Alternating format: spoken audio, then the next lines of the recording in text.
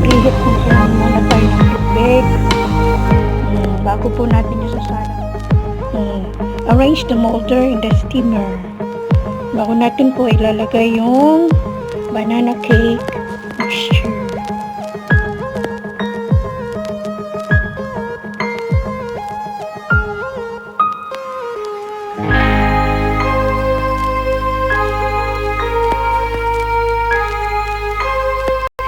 Ready toasting na yan.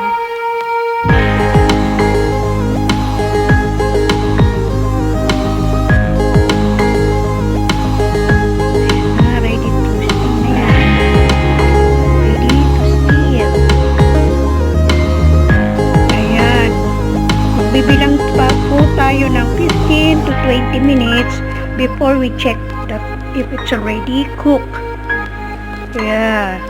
Okay. Pag luto na po yan, insert lang po natin ang toothpick. Pag lumabas mong malinis na, luto na po.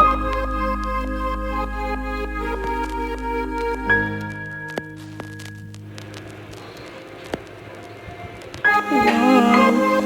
Lapit na. Ayan. Luto na po. With cheese yan. Nilagyan ko sa ibabaw ng cheese.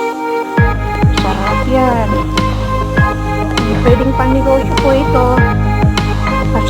Napakasimpleng gawin at napakadali.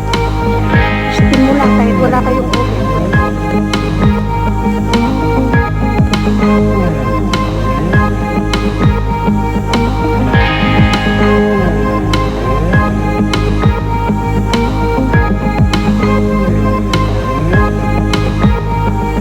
Okay guys, dito na naman po ako.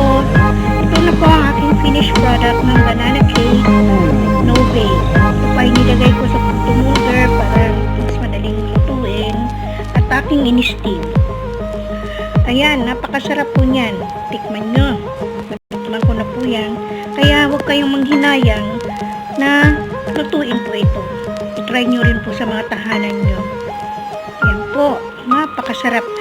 At nilagyan ko po pala yan ng cheese para pang ang dagdag sa lasa at para luminamnam ng mas masarap.